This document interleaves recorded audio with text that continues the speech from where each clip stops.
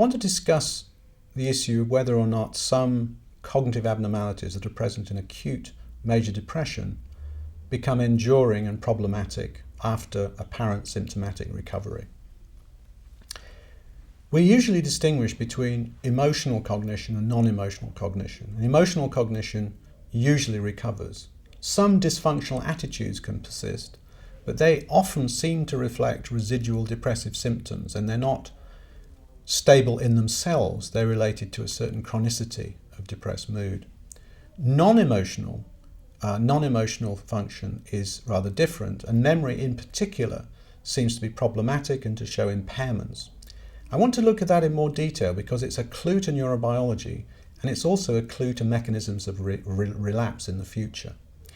This shows you that memory and hippocampal size are related and impaired by duration of depression. So here you see that the number of days untreated depression is predictive of the hippocampal size of individual depressed patients.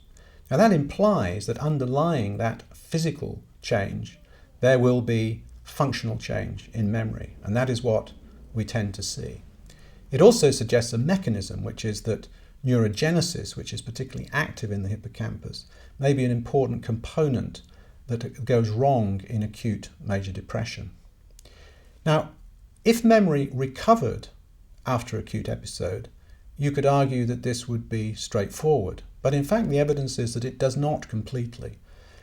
This chart shows that if you've had several episodes of depression and recovered from each episode, you still tend to see an enduring memory impairment. This is measured very simply by the ability to remember a simple story.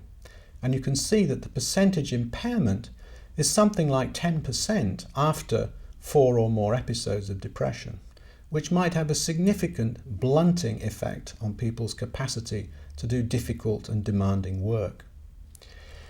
So that might be an important mechanism of dysfunction for patients' full rehabilitation recovery.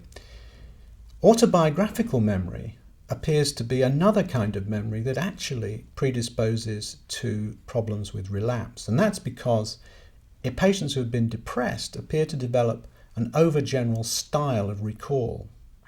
So what tends to happen is that when you ask them to recall a particular event, they recall events in categorical terms, like I used to take the dog for a walk, rather than specific terms, like I remember one day it was a Thursday and I took my dog X out for a walk and we did as etc. So a very specific kind of memory. And so this kind of overgeneral memory is seen in depressive episodes. It's associated with other risk factors for depression like abuse and neglect. And its mechanisms are likely to be quite complicated. What is important is that when it's very developed in the individual patient, and it's quite easy for you to assess if you ask a simple set of questions, it's associated with subsequent relapse and potentially also with suicidality. So it's an important thing to know about. So the enduring problems with cognition that are important to remember for a clinical practice are the memory impairments that seem to potentially impede full rehabilitation return to functional work, and the autobiographical memory impairments that may set people up for subsequent relapse and suicidal ideation. So these are worth remembering in everyday practice and applying in things that you do yourself. Thank you.